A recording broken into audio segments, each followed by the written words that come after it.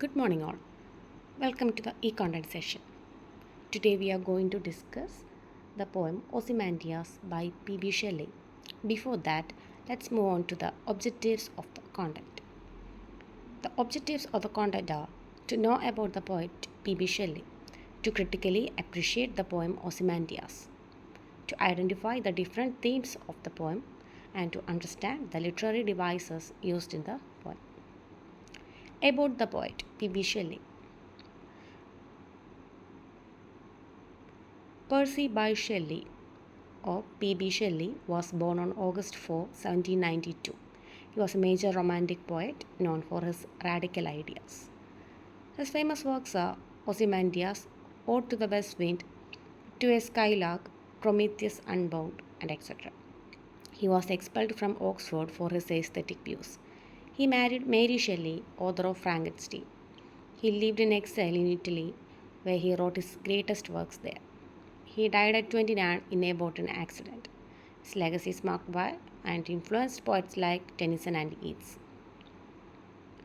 Shelley's poems were famous for his radical ideas, where he covers the theme of revolution, freedom, and social justice, and nature imagery, where powerful description of nature are given. Example, Ode to the West Wind. Then there is imagination and idealism, lyricism, political and aesthetic views, mythology and symbolism, and last, transient and mortal themes. Now moving to the next session, his major works. Shelley's major works are Ozymandias. It is a powerful sonnet on the impermanence of power. Ode to the West Wind is a call for revolution and change. To a Skylark celebrates the bird's pure joy and inspiration. Prometheus Unbound is a lyrical drama about human liberation. The cloud is a personification of nature cycles. Adonias is an elegy for John Keats. Queen Mab is a long radical poem criticizes religion and monarchy, and many more. Now let's move on to a poem, Ozymandias. Now I will read the poem. I met a traveler from an antique land who said, "Two vast and trunkless legs of stone stand in the desert. Near them on the sand, half sunk, a shattered visage lies, whose frown and wrinkled lip and sneer of cold command tell that its sculpture will those passions read, which yet survive, stamped on these lifeless things. The hands that mocked them, and the heart that fed, and on the pedestal these words appear. My name is Ozymandias, Kings of Kings. Look on my works, ye mighty and despair. Nothing beside remains around the decay of that colossal wreck, boundless and brave. The lone and level stands stretched far away. Now let's move on to the explanation of the poem. This is a sonnet, a poem of 14 lines. The first 8 form an octave and the next 6 form a sestet. It is about a ruined statue which has become so with the passage of time, and here we can correlate it with Shakespeare's sonnet, not marble, not the gilded monuments. The title Ozymandias is the throne name of Egyptian king Ramesses. The poem talks about his foolish desire to immortalize himself by erecting a huge statue in the middle of a vast desert. Once the poet meets a person who has been to an ancient place in the desert, that is Egypt, he tells that poet about the ruined statue of the great powerful king Ozymandias. It has been destroyed with the passage of time. Now, there were only 2 legs which stood on a platform, and the upper part of the body was nowhere to be seen. The face of the statue lay buried in the sand at a distance.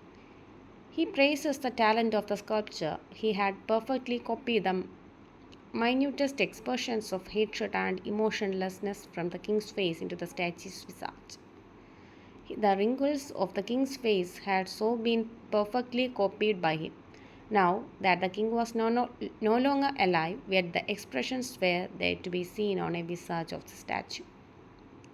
The engraving on the platform reflects the pride and arrogance of King Ozymandias, as the statue is now destroyed. The engraving is a mockery at the pride and ego of the king. It asked all to see the king of the kings, King Ozymandias. The mighty rulers would see the greatest statue and feel themselves to be worthless. Today, after the passage of so many centuries, finally there is no trace of the king's accomplishment in the vast stretch of the desert. One can only see the remains of the destroyed statue in the vast and empty desert. Now let's move on to the analysis of the poem. Percy by Shelley's Ozymandias explores the temporary nature of power and human pride. The poem describes a ruined statue of King Ozymandias, once a mighty ruler, now forgotten in the vast desert. His arrogant inscription, "Look on my words, ye mighty and aspire," ironically contrasts with the broken remains of the empire. Shelley highlights how time and nature destroy human achievements, making even the greatest rulers insignificant. The poem serves as a warning against hubris, that is, excessive pride, that reminds us that the only art and poetry can outlive the rise and fall of kingdoms. Power is fleeting, but words endure. Theme of the poem. So many themes are covered for in this poem. Some of them are the transience of power, that's no ruler or empire lasts forever, the time destroys all human achievements. Human pride and hubris. Ozymandias' arrogance contrasts with his ruined statue, showing the downfall of powerful rulers. The power of nature and time. Nature and time erode even the greatest human creations, proving their ultimate dominance. Art versus mortality. The sculpture's work survives longer than the king's rule, highlighting art's lasting impact. Irony of legacy. Ozymandias wanted to be remembered for his greatness, but he is now forgotten and powerless. Glossary. Antique. Ancient old gold. Vast, very large or immense. Trunkless, without a torso, only legs remain on the statue. Visage means face or expression. Ringed lip is a sneer of expression or arrogance. Sneer, a mocking or scornful smile. Command, to order or rule over others. Colossal, huge or enormous. Boundless, without limits, endless. Lone and level stands, the empty, endless desert surrounding the ruins.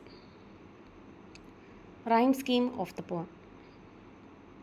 Unlike traditional Shakespearean or Petrarchan sonnets, Shelley's sonnets mixes both styles, making it unique.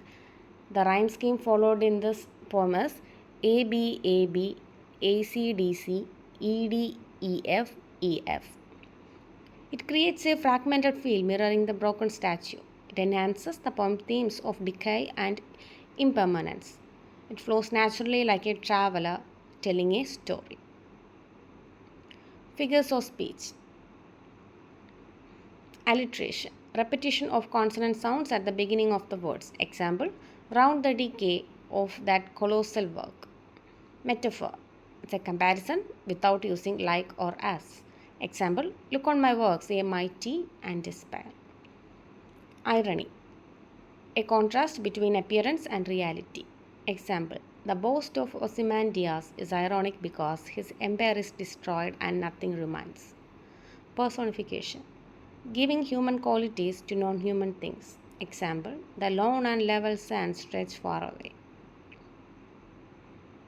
Hope you understand the poem summary and the themes covered.